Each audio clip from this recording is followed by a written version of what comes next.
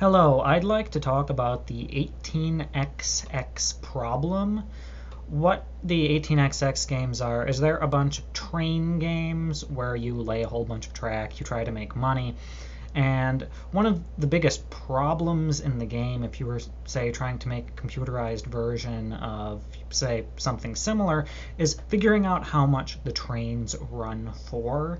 Now, I mean, the solution's obvious. The problem is there's just a whole lot going on. And so it seems like getting it done efficiently might be kind of difficult. And so I'd like to talk about that. But before I do that, I want to provide some context. So what I'm going to do is I am going to fire up I'm going to fire up the DOS version of the game.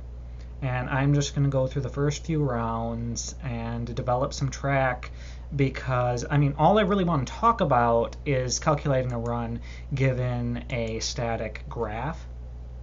But the reality of the game is that you don't have static graphs. I mean, yes, you do, that you have snapshots, that you have a particular graph that exists at a particular point in time, but it develops over time, and that's important.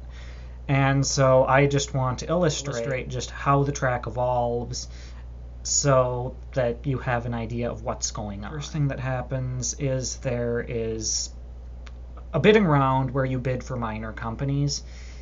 Depending on the particular 18XX game, these may or may not play a big part in affecting how the track gets laid.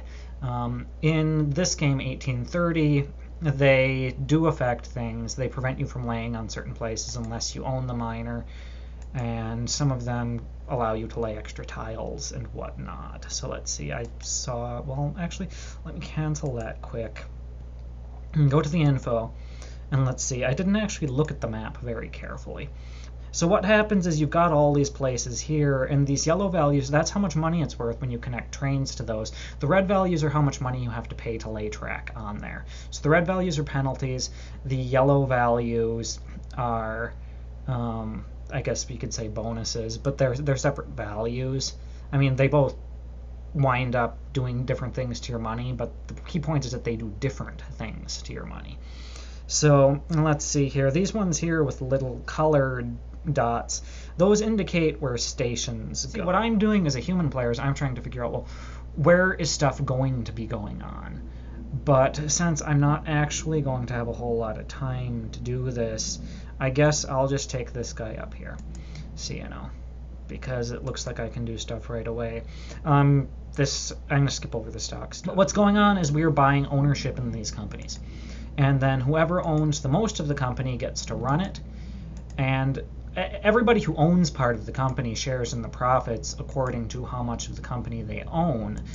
And there are disadvantages to running a company. I mean, you're responsible for it in case the company can't take care of itself. But in any case, let's see, that person just put the track down here. This person put track down here. And so now what's going to happen is I'm going to lay a tile here. And so actually, I wonder, yes, I'm playing with extra tiles. Okay, so I'm going to go like this. And then I guess I do want a train. I'll get a 2 train. And a 2 train indicates how many cities the place can hit. I mean, it starts in one and then hits another one. And I guess the other thing I wanted to say is that, say with a 3 train, whereas it has to go through one of your stations, it doesn't have to start on a station, and that's one of the problems with this whole big deal. So now I've put track here, and now if we look at how this 2 train runs, it runs from here, which is my home tile, to this off-board location for a total of 50.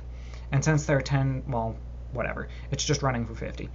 And then I can collect dollars, it pays out, or if I can choose if it does or not. And so that run was quite simple. I mean, there was only one choice. Now I can buy a train, I'll get a 2 train again, and then I'll end the turn. And so, okay, see, they've run 2 trains, one to there and one to there. They've got 2 stations. Your run needs to touch a station. And so, as you can see, we're just going, we're laying track, we're doing it in ways that make sense to us given the current information available. Now, that usually means you're trying to increase the value of your run.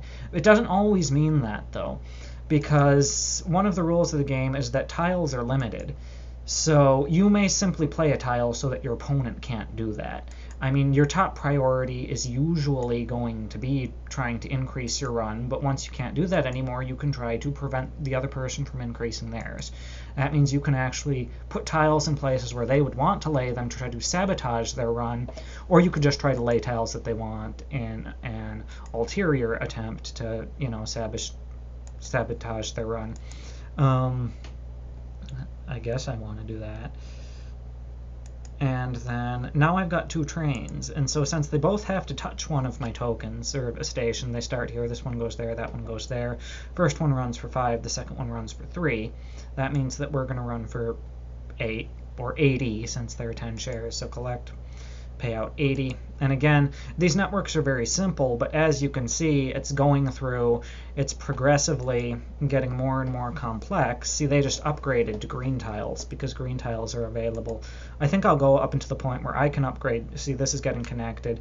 I think I'm going to go up into the point, well, I guess that's going to be right now, where I can lay green tiles, where I can upgrade something. And so what that did is that took this from paying out 2 to paying out 3. And since I've got 2 trains and they both touch that location, that means that's going to increase my run by 2. So this is running for 6 instead of 5 now. This is running for 4 instead of 3, which means that I am going to be running for 10 at this point. And so, I mean, I can collect money, pay out dividends, and then, I mean, that's how it goes. I mean, this person just laid down there and they're running their 2 train, even though they've got a couple of 3 trains. They're running one of them as a 2 because that's all the track that's available. I mean, they're thinking that presumably track will be developed in the future. That's what's going on. And so this game is played a lot with future planning in mind. It's there's a whole lot more to it than just calculating the current run based on the information available. I mean, that current run based on information available is very important, but that's not all there is to the game. I want to show you just a few complete networks from the end of the game.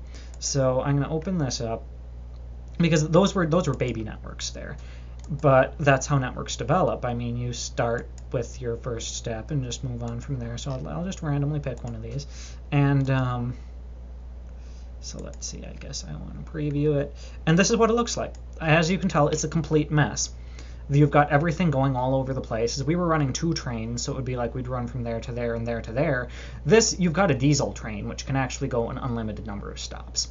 There are rules in there that make it so that you can't go certain places and you can go certain places, but I mean, you've got 6 trains as well.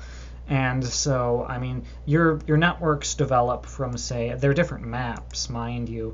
But if I go to info and I check out the map here, you start off with something like this, where you've got just, a few towns and then track, branching out into a few places. And then eventually it develops into, a full-fledged network that's like this. And that's how your maps develop in this game.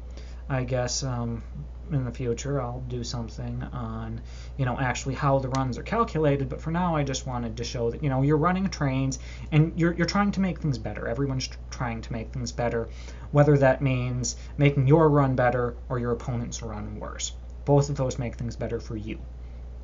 And I guess that's all I have to say at this point. So thanks for listening, and goodbye.